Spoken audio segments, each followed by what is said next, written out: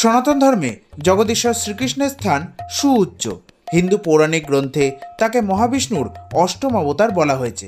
সনাতন ধর্মের বৈষ্ণব সম্প্রদায়ের গুরুত্বপূর্ণ উৎসব হল রাস উৎসব বা রাসযাত্রা।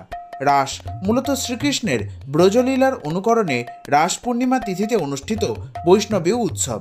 হর্ষচরিতের টিকাকার শঙ্করের মতে রাস হল এক ধরনের বৃত্তাকার নাচ, যা ৮, ১৬ বা ৩২ জন সম্মিলিতভাবে উপস্থাপন করে। পদ্মপুরাণে শারদ রাস ও বাসন্তী রাসের কথা লিপিবদ্ধ আছে।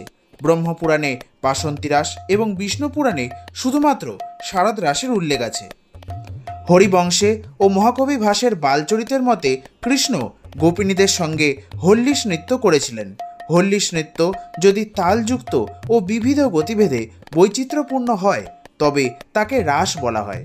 বিষ্ণু পুরাণের মতে শ্রীকৃষ্ণ রাস অনুষ্ঠান করেছিলেন গোপ রমণীদের সঙ্গে। রাস কথাটি রস শব্দ থেকে আগত এবং লীলা শব্দের অর্থ খেলা। জগদীশ্বর শ্রীকৃষ্ণের তার সখীদের সাথে লীলা খেলাকেই রাসলীলা বলে। পণ্ডিত শ্রীধর স্বামী বলেছেন, রাস নাম বহুর নর্তকী যুক্তে নৃত্য বিশেষঃ, অর্থাৎ বহু নর্তকী যুক্ত নৃত্য বিশেষের নাম রাস।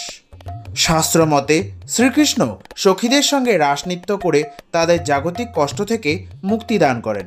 শ্রীমদ্ ভাগবতে রাসের উল্লেখ আছে। রাস জগদীশ্বর শ্রীকৃষ্ণের সর্বোত্তম মধুর রস। সমগ্র ভারতবর্ষেই রাসোৎসব পালিত হয়। ভারতের উত্তরপ্রদেশের মথুরা, বৃন্দাবনে, পশ্চিমবঙ্গ, উড়িষ্যা, মণিপুরে মহোৎসাহে রাসযাত্রা অনুষ্ঠিত হয়। ঐতিহাসিক তথ্য মতে পশ্চিমবঙ্গের নবদ্বীপে মহাপ্রভু শ্রী চৈতন্যদেব ১৬ শতকের প্রারম্ভে বৈষ্ণবীয় রাসযাত্রার সূচনা করেন। বর্তমানে পশ্চিমবঙ্গের বিষ্ণুপুর, কোচবিহার, শান্তিপুরে বৈষ্ণবীয় রাস এবং নবদ্বীপে শাক্ত রাস সুপ্রসিদ্ধ। নবদ্বীপে শাক্ত রাসের জনক মহারাজা কৃষ্ণচন্দ্র রায়। উত্তর পূর্ব ভারতের মণিপুর রাজ্যে রাসোৎসব পালিত হয়। ঐতিহাসিক নথিমতে আনুমানিক ১৮৪৩ খ্রিস্টাব্দে মণিপুরের রাজা ভাগ্যচন্দ্র বৈষ্ণবীয় রাসযাত্রার সূচনা করেন। মণিপুরে অনুষ্ঠিত হয় রাস নৃত্য। রাসোৎসব শ্রীকৃষ্ণের তাত্ত্বিক রসে সিক্ত। রাসযাত্রা সনাতন হিন্দু ধর্মের অতি পবিত্র উৎসব। জয় শ্রীকৃষ্ণ।